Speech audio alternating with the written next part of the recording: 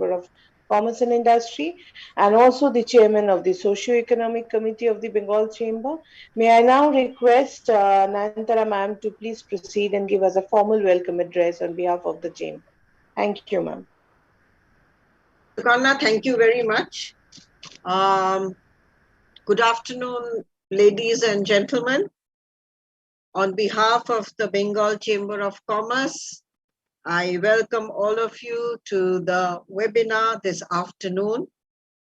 This, as mentioned by Sukarna, has been organized by the Socio-Economic Committee of the Bengal Chamber of Commerce and Industry and will provide a platform to hear a few unheard stories of special people who have overcome challenges, broken barriers, and have succeeded in their own lives and in their own careers and professions. I am sure after listening to them, we will all be motivated and we will try our best to overcome the challenges we face. I can assure you all, my friends, that this special session with the theme, Unleash the Power Within, will be an enriching experience for all of us. We welcome our chief guest this afternoon, Dr. Rina Sen, former Executive Director of IICP, who has vast experience in the special education sector. Thank you for being with us today. Our two eminent panelists this afternoon are Mohammed Asif Iqbal, who is now an Associate Director of PwC, and Madam Srila Dasgupta, Global Head for Diversity, TCS, Kolkata. The Bengal Chamber of Commerce is indeed very, very grateful to all of you that you could spare your time to be a part of this very, very special session this afternoon. With these few words of welcome, I would now like to introduce our chief guest this afternoon, Dr. Rina Sen. Dr. Rina Sen, being a close family member of mine, continues to inspire me. She was a former executive director of the Indian Institute of Cerebral Palsy, Kolkata, and is currently behavioral and special education consultant in Modern High School for Girls.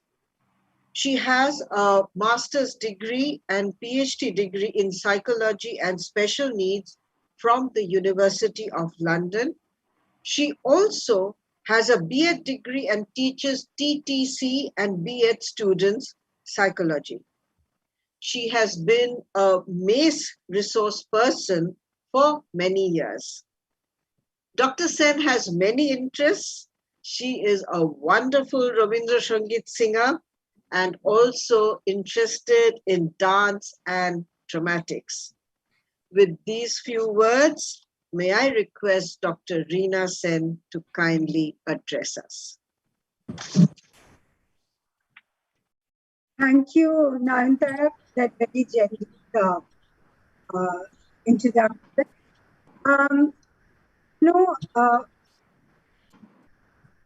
I think it's a great privilege for me to be here in a forum where we will be talking about how boundaries can be challenged and obstacles can be surmounted so that the power within may be unleashed.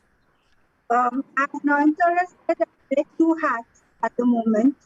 I'm still very involved with the Indian Institute of Cerebral Palsy, and which has been an association for 47 years since the organization started. And much more recently as a psychology teacher in Modern High School, where we are also working to unleash the power within all the lovely girls from that school. But today I will be wearing my IIT Honorary Secretary had. And I will be talking about how we in the organization are working to enable people with severe disabilities um, and with cerebral palsy and other neuromotor disabilities to kind of break the barriers and the boundaries that prevent them from even daring to dream sometimes. So, for those of us who are here, I thought that I'll just talk a little bit about um, what is cerebral palsy. It is a lifelong disability, which it's a condition that leads to multiple disabilities. So the primary one leads to difficulties of movement and coordination. But with that may coexist complex communication needs due to difficulties in speaking. It can have many people with cerebral palsy have intellectual disabilities, though not all. You may have met my colleague Jija Ghosh. You've heard of Stephen Hawkins, who also had neuromotor. Recording in progress. And we know that many people with cerebral palsy have high intelligence, and there are many people with intellectual disabilities. There are people with cerebral palsy and other neuromotor disabilities who may have epilepsy. So perhaps it's easy to say that it's right to say, it's correct to say that no two people with cerebral palsy are the same. And that actually has been one of the main things that have determined the way ISCP works. We are a person-first organization. So when we talk about unleashing the power within people, each person for who they are, not for the label, not at the cerebral palsy label. Yes, that gives them access into the organization. But we look at people for who they are, the person behind the label. And everything that we do, the curriculum, the technology, the partnership, the support that we give, everything is to unleash the power within that person, irrespective of caste, creed, social class, in group, or the severity of the disease. That is the first thing I want to know. The second thing is that we in ISCP bring equal access and opportunity. So all our services are highly subsidized, and there are concessions and free services for people who come from families where the income is less than 10,000. With our services to people with disabilities. To reverse, we now allow all the citizens from very poor folks in neighborhoods to come and use our services. We are a very inclusive organization, even though we have a name that we work only for people with cerebral palsy. We actually include people from disadvantaged backgrounds, but do not have the disability within our service. Now, our services are multifaceted and cater to people through the different age groups. And I have a 5-minute point at the end that I wish to do. I'm trying not to speak too much. This is just an introduction. But I end by kind of saying that you may have heard many of us speaking about work that we do in our different organizations, work that we do to challenge the boundaries that society has systemically placed, keep people out rather than take people in. How we all working, including this gathering that has invited me today. We are all working for the same purpose. We are all working to making a better impact. So, what together? I thought of forge not just for NGOs to get financial help, but need to forge to people opportunities to have meaningful work and meaningful occupation. And I'm so glad Asif is here today because he has challenged all the boundaries. And the fact that he's a PWC, he's always been the first one to say that there is somebody decided to break through the label as being visually impaired to looking at Asif as a human being with skills and competence. And that's what I urge all of you to do, that when you hear of a person with cerebral palsy or another or a neuromotor disability, looking for meaningful occupation, that you look beyond the label. Look at the job you need done and look at the skills and competence of the person. The third thing I would urge this partnership to do is to work for better visibility of people. People who stop, whether they have a visual impairment, a hearing impairment, or even a cerebral palsy and other neuromotor disabilities, are invisible. Look at our architectural barriers. As a group, we need to work for more inclusive environment. So I will speak only this much, and I will end with the talk of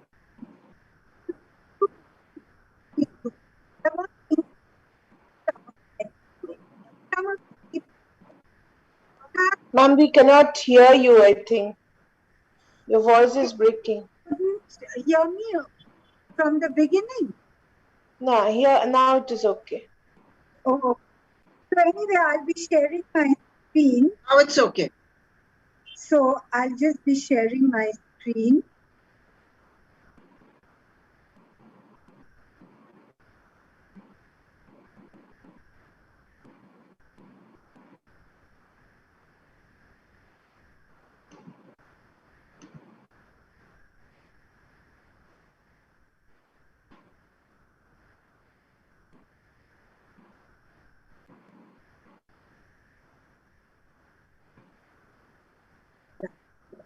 So I'm just going to be sharing this screen, and I hope that it's visible. Is it visible, PowerPoint? Yes. Yeah, okay.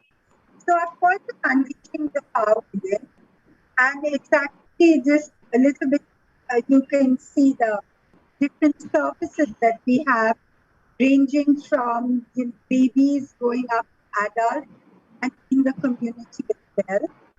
And unleashing power within people with disabilities, it's different for everybody.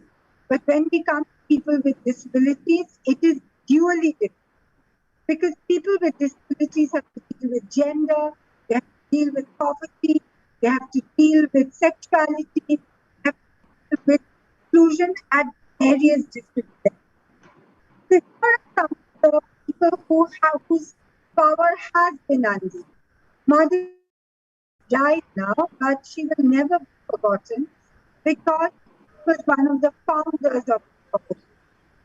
She was a BCom computer trainer, and she was a winner of the President's Gold Medal for painting. And she was one of our two founders. Then we have Varsha Bhattacharya, who's a poet, has had a book of poetry that's been published. Shraddha Katur, who's a writer of romantic stories. Jini, who's a BCom student again. Shashwati Acharya, who's a wife, a mother, a professional. All of them have been here for the community. But they also have many abilities, many talents, many hopes, many aspirations. And yet, each one of them has faced so much indignity and humiliation because we have boundaries that we want to impose on people and prevent them from doing what they want.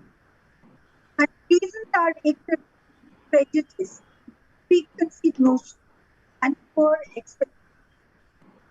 So empowerment actually comes from participation, it comes from equal opportunity. Whether you're here in Sundarban, where the course is being taken, we are working there. Empowerment is from skill development, from living, even if it's from a wheelchair, from meeting all people's special needs, which means well-being of all kinds, food, drink, whatever you need, shelter, clothing, basic, and to freedom of expression, aged or unaided. So this is where I will end my presentation. And I don't believe that I'm sure you're all looking forward to listening to Asif and to Srila Dasgupta. So I do not want to overdo my time. I will just end by saying that every human being has the power within. They may need. It is not up to everybody to unleash it. No, none of us have done things without friends and well-wishers and people who have helped our hand. None of us can do this on our own. But I will end by saying, let us be there. Keep our hand-holding, enabling, and facilitating so that we can unleash the power within not just ourselves, but everybody around us, including those society deems as being slightly less than us, completely wrongly. And I will end here and return the discussion back to the Bengal. Thank you so much for asking me to be. Thank you. Thank you, Dr. Sen. That was truly motivating, and thank you for sharing all the lovely students you have nurtured for so many years at IICP and how well they are doing. At the Bengal Chamber of Commerce, we look forward to partnering with you, creating more awareness in the corporate world that we within our membership. And you have really touched upon a few very important points. With this, please stay on, and if there are any observations that you have after the two panelists we have, kindly share your thoughts with us. Our next panelist is Mohammed Asif Iqbal. Asif lost his eyesight at the age of 16. He received his partial education in USA and was the first visually impaired commerce graduate from St. Xavier's College, Kolkata, and the first MBA from Symbiosis, Pune. In fact, he was instrumental in creating the reservation quota for disabled across IIMs and IITs and all government of India universities since the year 2020. Currently, he is working as Associate Director and Advisor of Pricewaterhouse in India, and his work includes many assignments in e-governance and HR consulting domain, including business process restructuring.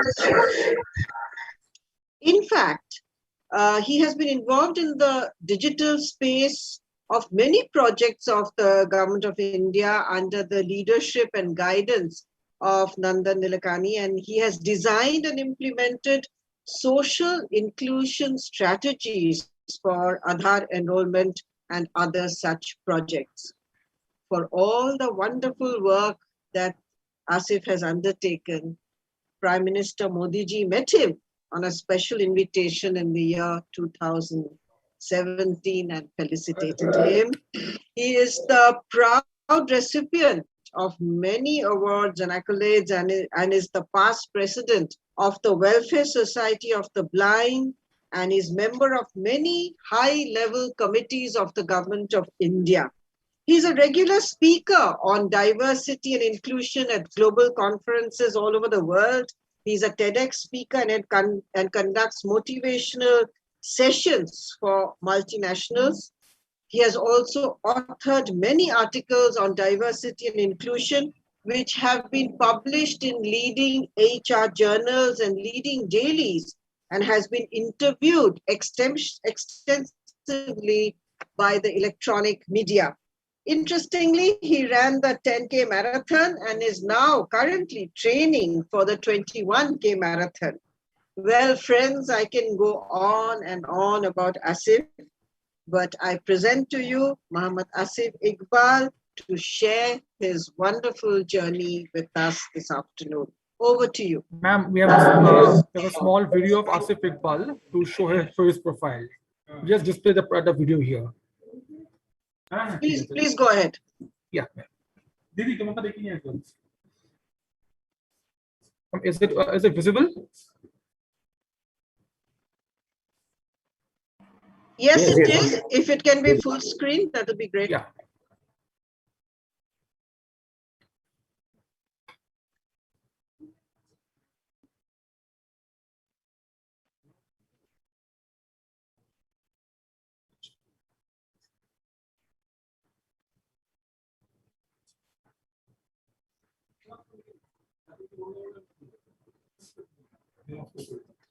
I'm afraid we're not able to hear anything. There's an audio there.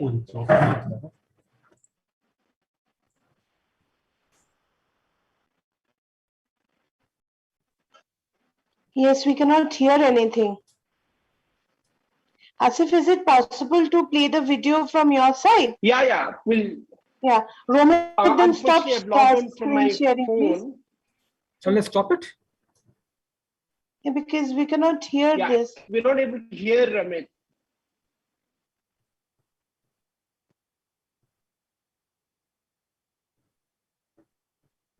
Anyway, no issues. I will go on if it is okay with everyone.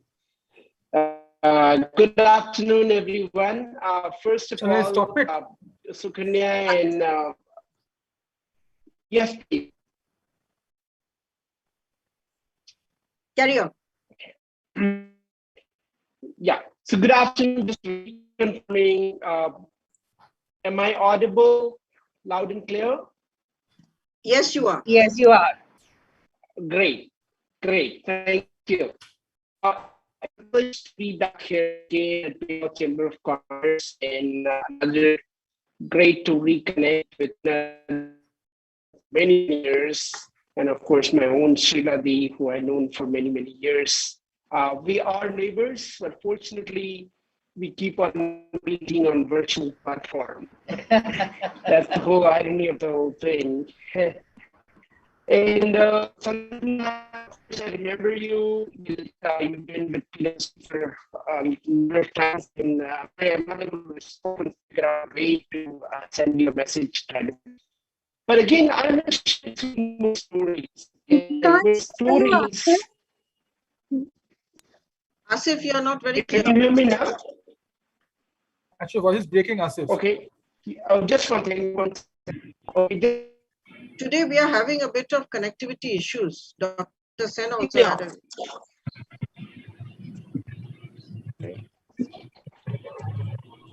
Can you hear me now? Yes, we can. Okay. Let me know when you're not able to hear. So I'm going to share three stories, and stop me when you're not able to hear me. So at least I know when to stop and where. Unfortunately, I am logged into a network, but somehow it's smooth. So I wanted to share three stories. So when you are met with a lot of uncertainties, what do? Either you stop and don't do anything about it, or you either choose to head on, take it on, think of options, and combat head on. So we have lived in lockdowns. So lockdown is not a new phenomena, rather a new normal for each one of us. I remember the first lockdown because fitness is my passion. And I started running, about 4.5 years, almost 4 years ago. And I remember that I had to run, and my goal was to run, eventually half a marathon, which is 21 kilometers. Sadly, I couldn't do that.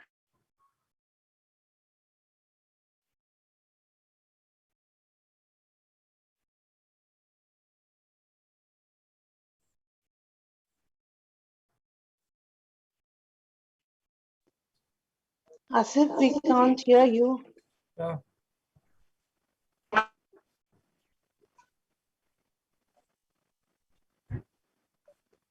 No, we can't hear you.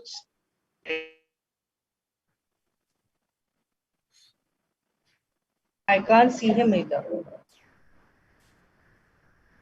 Yeah, that is, I think he has switched his.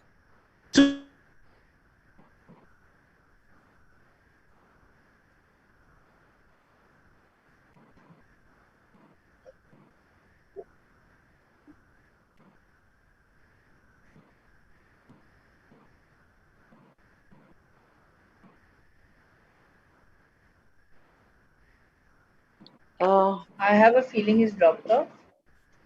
Yeah, I think he's rejoining. He'll rejoin us.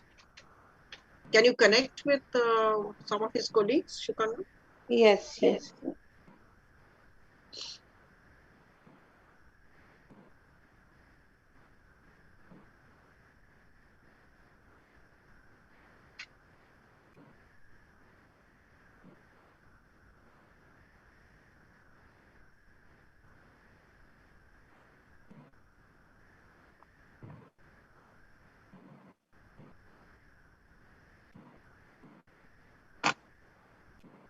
Whilst we wait for Asif, may I request, can I ask a question to Dr. Rina Sen, please? Yeah. So, how do you think we from the Bengal Chamber can partner with other organizations, or what should be our, what kind of awareness creation can we do with the corporates? Yeah, that's a very good question because, a lot of people are getting involved through, their CSR kind of work. But there's a lot more that can be done. And that is that I think training in diversity, which I'm hoping Srila Dasgupta will be talking about later, I think very, very, very important for corporate to actually respect and understand and be aware of diversity in work and about equitable solutions kind of people's special needs within in corporate in business. Yeah, hi, can you hear me? Yes, Asif, please continue. So Thank you, Dr. Sen. Thank you, Dr. My Sen. apology. I don't know. No, continue quick before the bell. Okay. Sure. So stop me when you're not able to hear me. So what I was trying to say is, in the middle of the first lockdown, when everything stopped and I wanted to continue my fitness mission, but I had no other options because the community gym was closed, the fellow runners who, not being able to see, how would I continue my mission. So I just decided that, I always lived by one same principle that you have to make the most utility out of the limited resources you have. Then, I said, okay, let's begin a new chapter tomorrow. When I used to get up again, I would feel lazy. Oh my goodness, how can I do the exercise by myself? And that lethargic would overpowered me. And then a thought came and kind of a scary fear, which I in my opinion, fear is good because that's what triggers you the next steps. And then I thought started to come, what if I get, with a whole bunch of disease, what would happen to me? Then I started to think, let's make this balcony because I lived in a 2-bedroom apartment. And then let's make this balcony in a temporary work areas. I started spot jogging. Yes, it was very boring. It was absolutely very, very boring. But I decided I must do whatever it takes. I started picking up lots of good books and I would listen to those audiobooks while I would spot jogging and jogging and jogging. I would watch. And friends, I'm very, very happy that I created those crises into an opportunity to lose weight. And fortunately, I'm happy to say that in the first lockdown, I at least lost over 11 kgs. The second lockdown. You're kidding me, seriously? Yes, absolutely. Wow. Absolutely. So the second lockdown, I remember, no, it was the first lockdown, actually, first lockdown itself. Again, we had encountered, because see, we only had a stock for, we were anticipating lockdown, but we didn't know when it was going to come. So during the lockdown, again, it was announced at a short notice, and fortunately, I had food that would last me for a week. Then after with 2 days left, and then again panic struck. I thought, okay, let me take the easy route and just order groceries online, just like everyone else. Since I'm a big techie guy, so I would like to, so I thought, let me use Big Baskets, Grofers, Spencers of the world. But fortunately, I couldn't use them. Why? Because it did not incorporate a universal design. That means it did not work with the technology that I used, which is a screen reader. Well, I was absolutely frustrated. I didn't know what to do. Then again, my neighbors were extremely helpful, extremely supportive. And they said, okay, don't worry, we'll get you the essential food and groceries on a daily basis. But again, the uncertainty, over me, because we didn't know when this lockdown is going to be over. And I knew deep in my mind that this was not at all sustainable. Well, frantically, I remembered, because I firmly believe, and I think that's what my colleagues in PwC, which is one of the core values of us, that believe, invest in relationship and nurture relationship. And I remember sitting on a flight to Mumbai from Calcutta. I went on an assignment, and I was sitting next to Mr. Mohit Khambata, who was CEO of a More Retail. And we had a More Retail, and they didn't have a home delivery then, but I still called him up. So I called about twice, thrice, he must be busy in a meeting or something.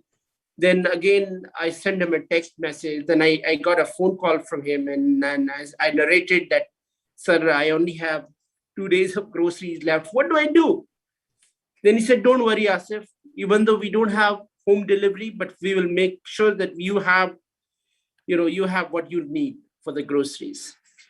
And thankfully, those relationships really, really paid off. And, at those times, it was difficult. And it was, at the same time, it was very, very frustrating, because you feel that you have the technology, but you still cannot use it, only because you're not able to see. But again, God has planned for each one of us. And I think, though that relationship was made for me, that they can come and rescue at the time of need. So the third story that I'm going to share, which is extremely difficult for me, and I was in the United States, and I was actually probably close to 16 years old. I could see only 50% of my eyesight, and I was at the class 10th, or in the sophomore year. And at that time, I was losing my eyesight at a very, very rapid speed. Imagine yourself being in a room, and all of a sudden that light started to dim till it goes completely black. I was absolutely shattered, because I didn't know what to do. I went into a deep, deep, deep depression, and I was perhaps angry at the world. I started to question God, why is this happening to me? I had functional vision, but why are you taking all my vision away? What is the point? I also felt that it would be very, very difficult for me to live. I could not survive this harsh reality without zero eyesight. My American aunt, who I call her mom, because she raised me since I was 11 till 21. And she always used to tell me that, Asif, I know your eyes do not work, but your brain does. So why don't you make the most utility out of the limited resources you have? But all of that seems like a gyan. And I had a special teacher, what Rina talked about, special educator. His job was to teach me how to cope with my blindness and how to excel in life. He used to counsel me that, okay, listen, it's not the end of the world. There are millions of people around the world who are living in pitch darkness. You're not alone. But they have created an identity for themselves. But nothing seemed to convince me as I sink into depressions. I totally lost interest towards life. And the day has came that I actually attempted suicide, but thank God I failed. I remember one of those days, one of my special teacher, was trying to teach me that, Asif, you can learn computers, you can learn alternative skill sets, and you can do wonders. But nothing seemed to convince me. And then he got irritated and he told me exactly this too, which actually had a transforming moment. And he told me, Asif, at this point of time, you have two choices. Either accept the fact you're going blind, do nothing, be miserable, be no one. Choice B, accept the fact you're going blind, learn alternative techniques to overcome them and do wonders. And friends, I was taken aback because I thought, I can actually survive the life. I started to believe that I can again regain my confidence. I can live life with, I can adopt a path to create my own identity. And I started learning how to use a computer using a screen reader. I started learning how to, cross the street by using my walking stick, what we call it a cane. I started learning how to use all those skills, such as ironing your own clothes, cooking your own food, all without your eyesight. And of course, I started to dream that, yes, I will become something someday. And friends, that's the belief that navigated me through turbulent time. I shared all these three stories only with one purpose, to drive a point. Unless that urge within you does not come, we will never be able to navigate. I can probably come here, give lecture, go back. You'll probably say, okay, yes, I'm inspired. Unless we don't decide to take charge of ourselves, nothing will move. So from today onward, I'm earnestly appealing. You guys are already successful. You guys are doing wonderful in your career. You guys have already made an identity of yourself. But yes, we all have to acknowledge the fact that there would be a showstopper. There would be bad days. We would be bound to feel failures. But what gets it going on is the hopes of better tomorrow, hopes to make a difference, not only to our lives, but in the lives of others. Thank you. Jai Hind. Over to you. Thank you, Asif. It was truly very emotional. Thank you for sharing your journey with us. And I know you will continue to inspire us and motivate us. All I can say is, through this wonderful webinar, we can recognize the tremendous contribution made by teachers and special educators like Dr. Rina Sen. And I say this because we are about to celebrate Teachers' Day on 5th September. And it's because of you, Dr. Sen, that, people can unleash their power within. With this, may I request our next speaker, Srila Dasgupta, to share her journey with us. She did her MPhil in population studies from Jawaharlal Nehru University, and then went to the Tulane School of Public Health, USA, as a Hubert Humphrey Fellow of US Congress in the year 2000-2001. After working for nearly 2 decades for the not-for-profit sector on gender, social inclusion, and human rights, Srila has been with a multinational corporate firm, in fact, the Tata Consultancy Services, since 2012 as a specialist in diversity and inclusion, and she now currently also leads the disability inclusion globally. Over to you, Srila. Thank you so much. And it's a pleasure being on this panel. Always a pleasure listening to you, Asif, my friend. So, and every time I hear your story, there's a new nuance that I learn about you. I love it. So, to tell you a little about my journey, I think I have to start before I acquired my disability, and uh, I've been part of the women's movement, I think, now for 35 years or so, 35, 40 years or so. And I think the one thing that was important to me then and is important to me now is my freedom to make my own choices, freedom to have a voice, freedom to make decisions, freedom to be able to stand up and disagree with people I disagree with. And I learned very quickly that if I have financial freedom, which is not the be it and end all, I mean, we have evolved much further than economic empowerment of women. But I realized that if you come down to brass tacks, if I have financial freedom and I'm not dependent on anybody for that, it does help a lot.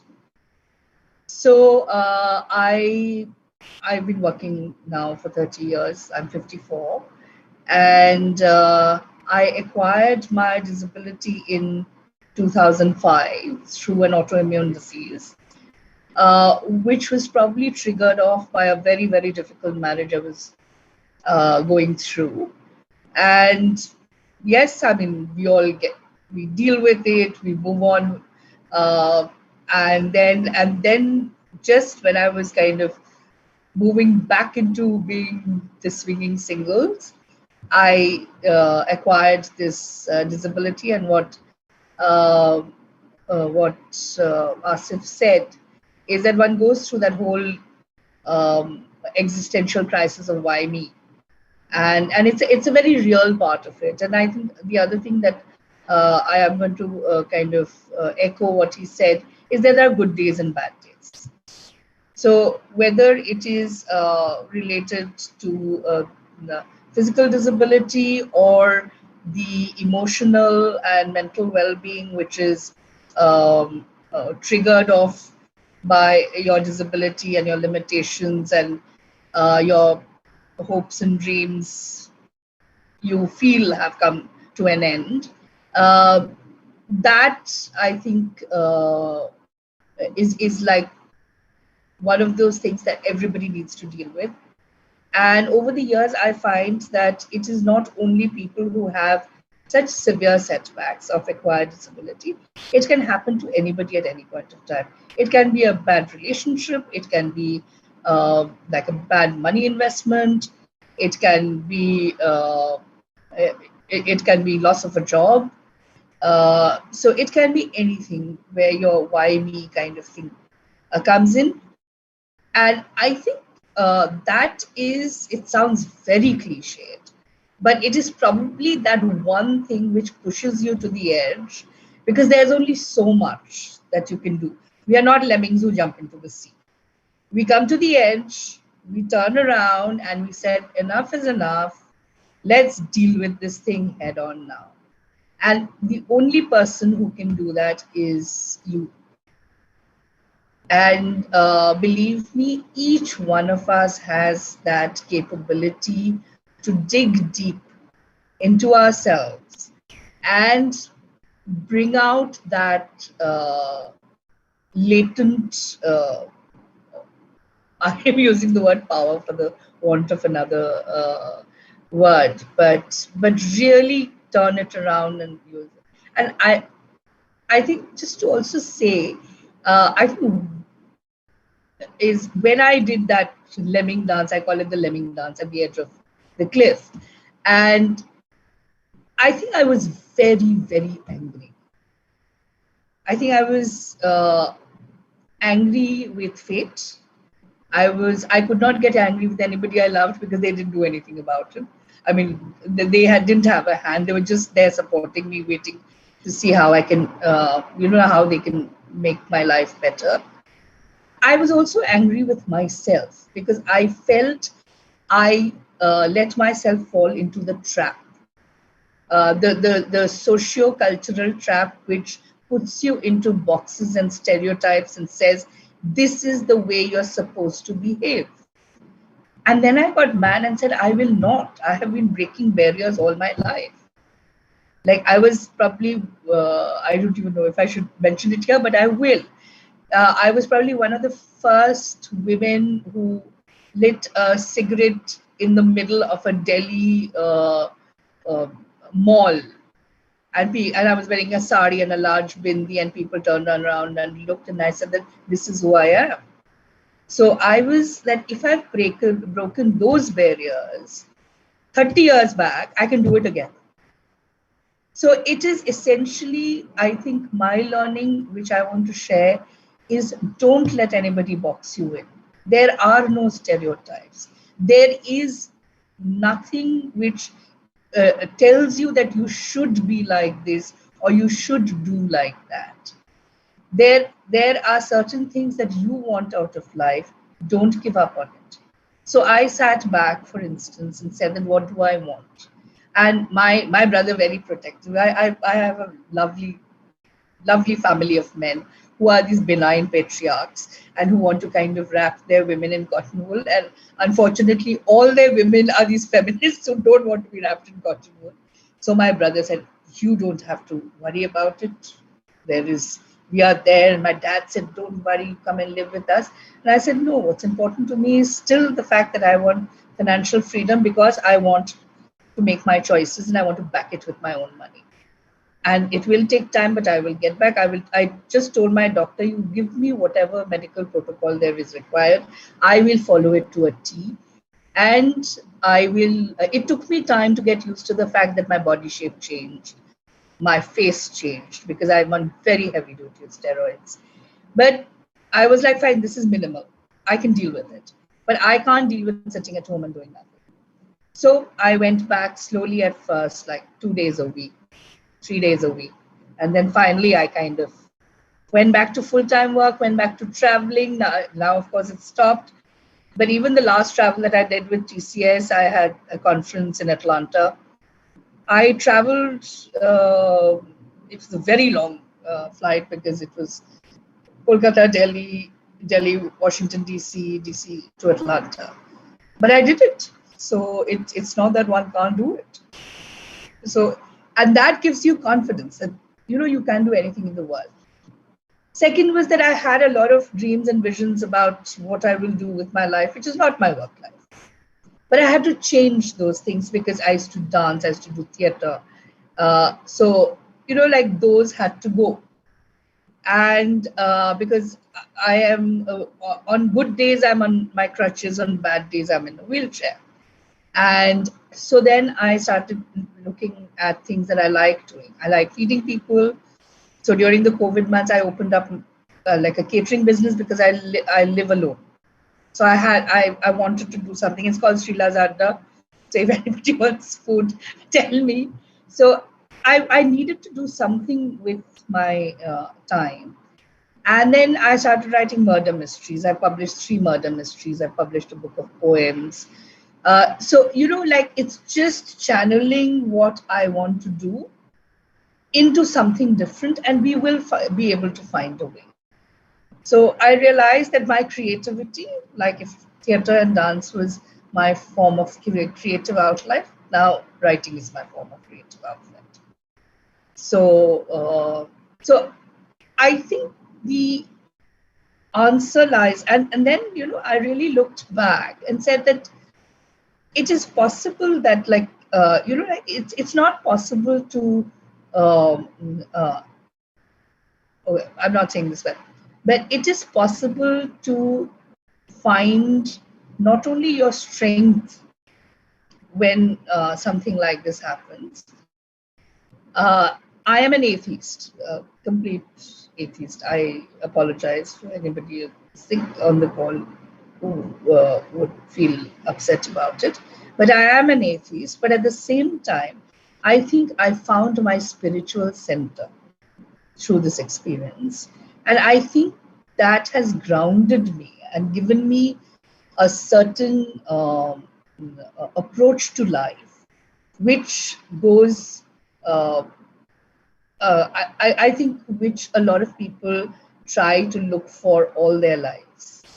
So if my disability or roadblock has given me that connection to my spiritual center, then I think I have got everything that I needed. So on that note, let me finish. Rina, you were saying that I do a lot of sessions on disability inclusion. I do. And at any point of time, if you want me to run a session for Bengal Chamber of Commerce, happy to do so. Thank you, Srila. Wonderful message you shared with all of us, and we'll take you up on the Bengal Chamber partnership in future.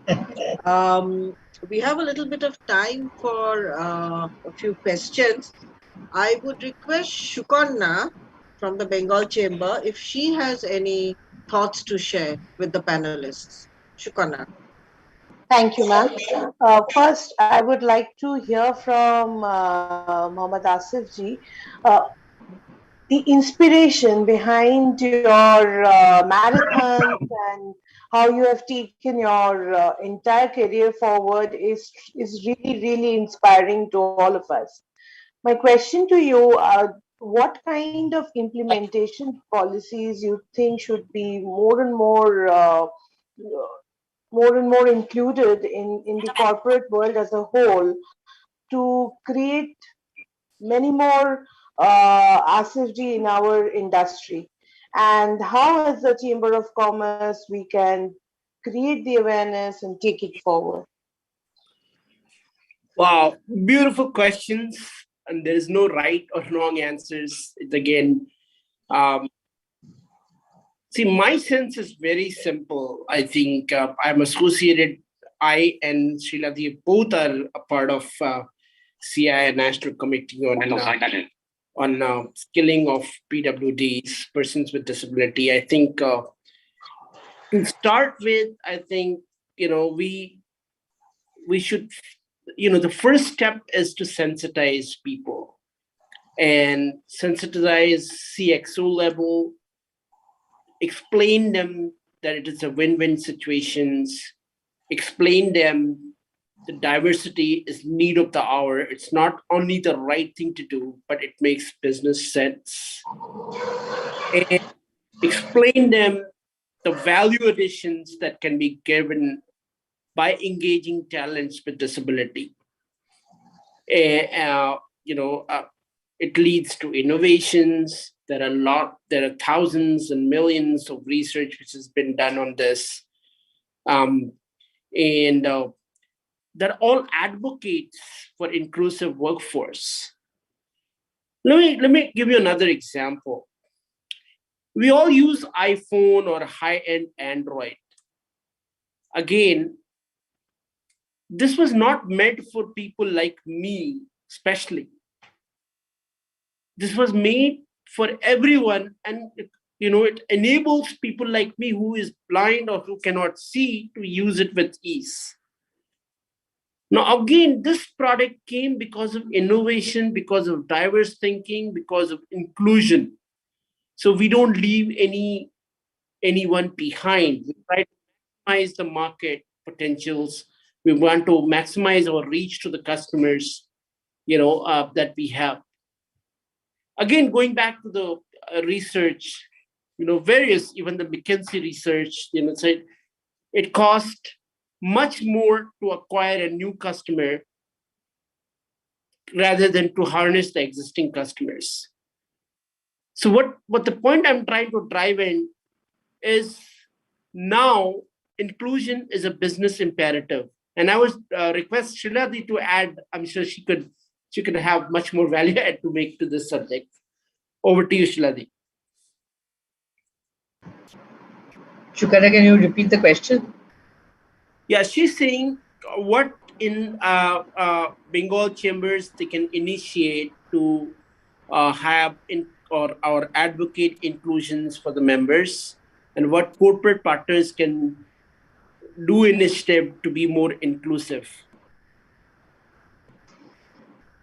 I think it would be good to have like a brainstorming session probably to ideate on, because I think there is nobody that I have found who says that they do not want to do disability inclusion. It is the how to which really matters, and what approach you use. And I think we're still unfortunately at the paradigm edge of looking at disability inclusion from a point of sympathy and charity, and very aha bechara.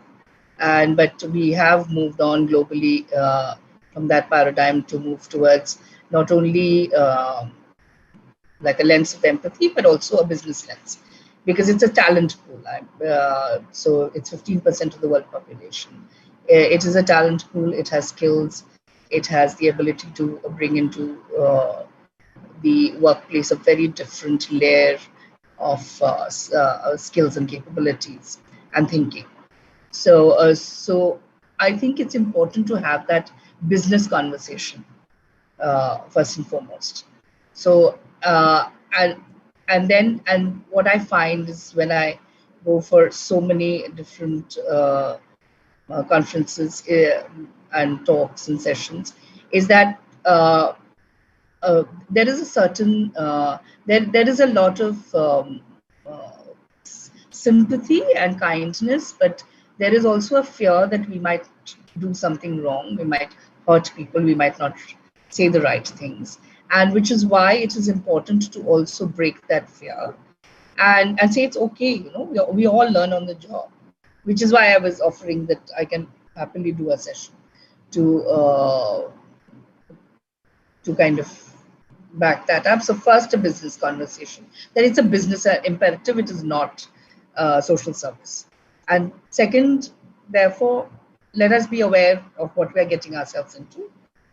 And third would be more the nitty-gritties of what is accommodation, how do you hire, who are the ones who need to be ready for it, how do you create an inclusive environment which is digitally inclusive, physically.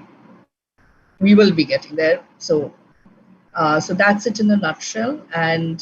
But I think let's start off with the meeting, which has a very focused agenda on business advantage of engaging with persons with disability. Rina, I think you have your hand up. Dr. Sen. Yeah, I just wanted to say that, with technology, like as Asif said, it is the technological inclusion that has made his life so much better. And particularly now with the lockdown and with online teaching and everything, we all had to look at technology as a viable option. Even people who used to run miles away from technology, there's no become technology friendly.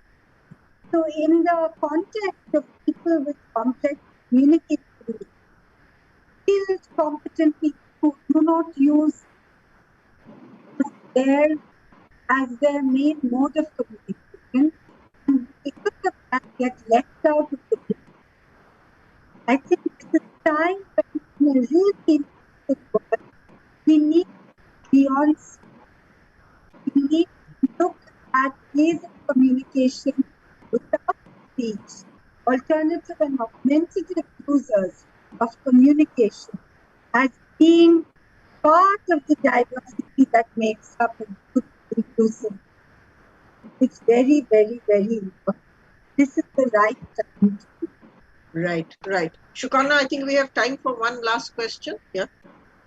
Yeah, thank you so much. And we're getting an idea from Dr. Sen, Srila Asif ji, that we from the Socio-Economic Committee will surely try to put in a CXO's meet where we can ask you all to address us once again, and so that we as a chamber we can play a part in this continuous movement of awareing people and getting the right thing. With this, I would like to ask from the audience if they, because from the chat we have not received any question till now. If anybody wants to ask anything, you may please put it up in the chat, or else we will request Sucharita Di to please give us a concluding remark. Sucharita Basu is the co-chairperson of the Socio-Economic Committee of the Bengal Chamber, and she is also the partner of Aquila. I would request Sucharita Di to please sum up and say a few words and give a concluding remark. May I say something if you don't mind? Please, Arundhati Ray, yes. Yes. How are you, Nantara? Hope well. Now, the fabulous webinar today. Rina, of course, I know very well. And what I wanted to know was from the gentleman, what if, again, what if he hadn't got that opportunity to go to the States? How would he have managed his life?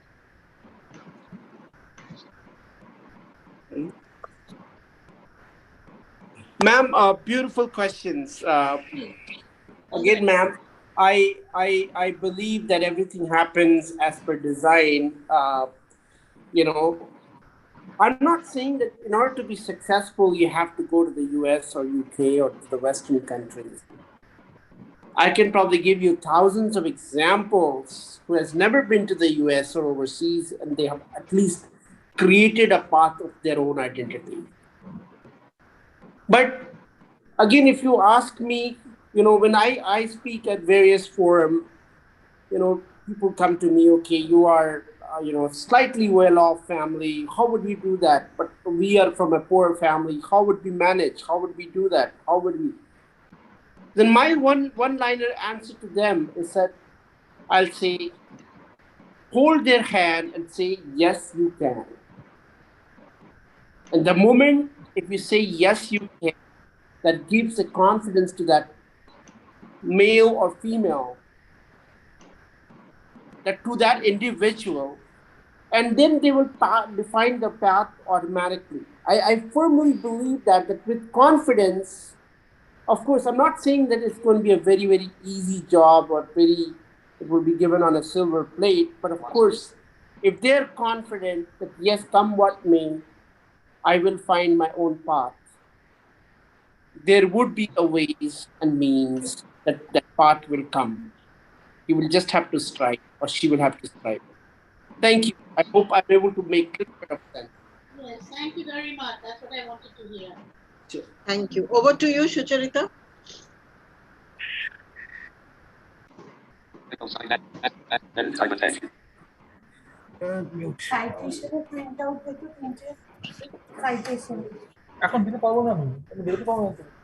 Sucharita, please.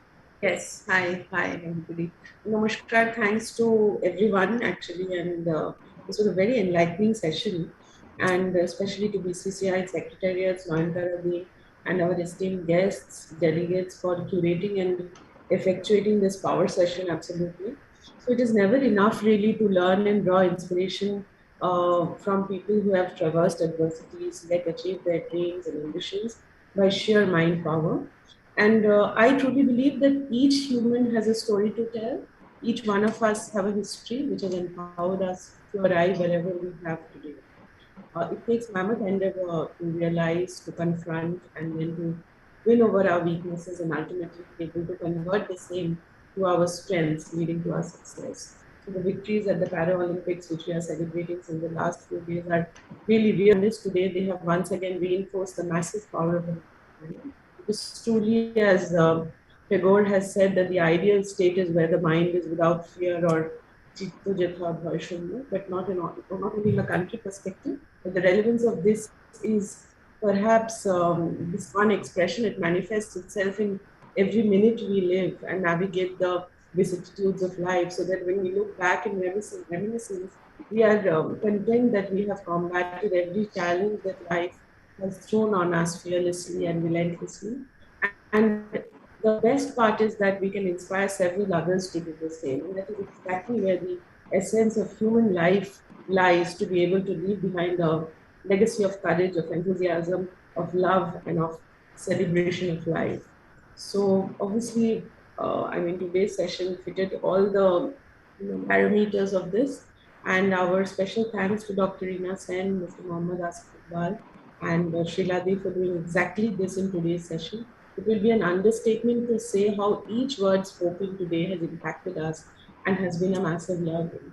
I would like to assert on the very critical point that financial independence is actually real independence, as Srila has mentioned, and it will be and should be our motive in life to achieve that.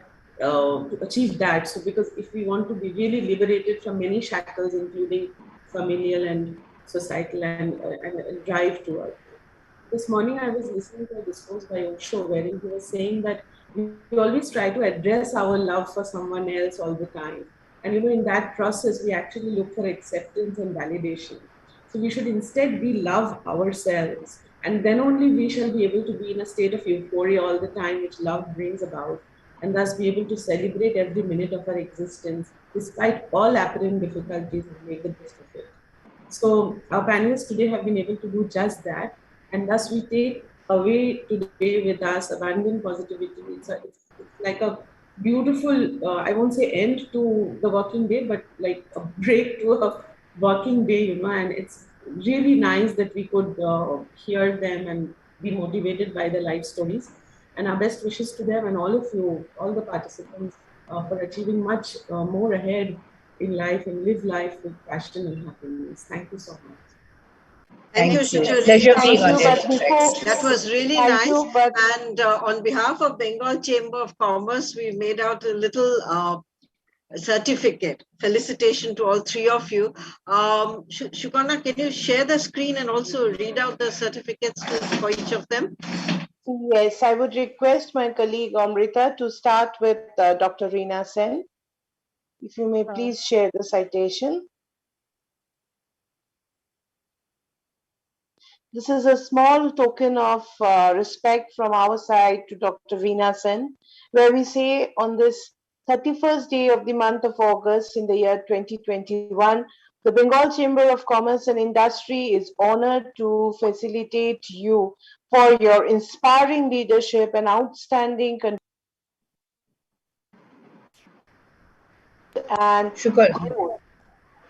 of an NGO, the Indian Institute of Cerebral Palsy, and for your invaluable contribution to the development of the society at large. We are fortunate to share your time with such distinguished personality like you, who has advocated throughout for a noble cause in creating the quality of a desired life. Your contribution in societal development would always be remembered and treasured. That's the certificate or citation offered to Dr. Rina Sen. Thank you so much. Thank you, Dr. Sen. Thank you. And then moving on, I would request Amrita to share Srila Dasgupta's citation. Thank you. Sriladi, first of all, we would like to thank you so much for quickly agreeing to be part of our session. We are very much thankful to you for giving us time.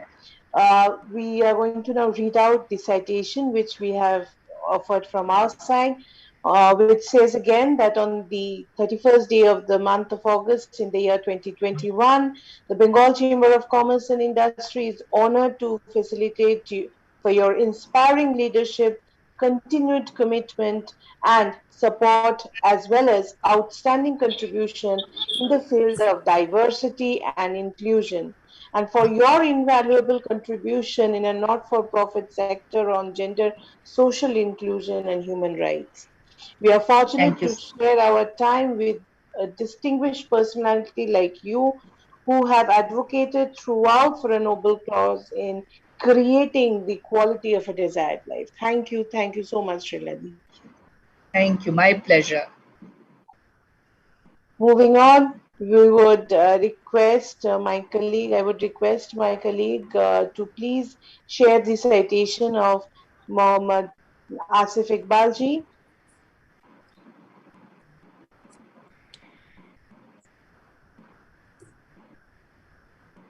First of all, Asif we would like to thank you so much also to cover time from your busy schedule and addressing us. We are extremely thankful, and Bengal Chamber, as always, is very much excited when you talk and when you inspire us. Well, so from our side, we would like to say that Bengal Chamber of Commerce and Industry is honored to facilitate you for your inspiration in leadership, continued commitment, and support, as well as outstanding contribution. We are fortunate to share our time with such a distinguished personality like you, whose contribution has been inspirational, sensitizing, and have created an avenue for a newer developments for the people of our society. Thank you so much, Asif ji. Fantastic. Thank you, Sukanya. And I hope you send this to us over email. Yes, we are going to send it to you. So once again, thank you very much for being here with us this afternoon, and looking forward to meeting all of you in the near future, but physically. Till then, that will be great. yes. Till That will then, be great. continue to inspire us and stay safe. Namaskar. Namaskar. Namaskar, Thank you, Shabai. everyone.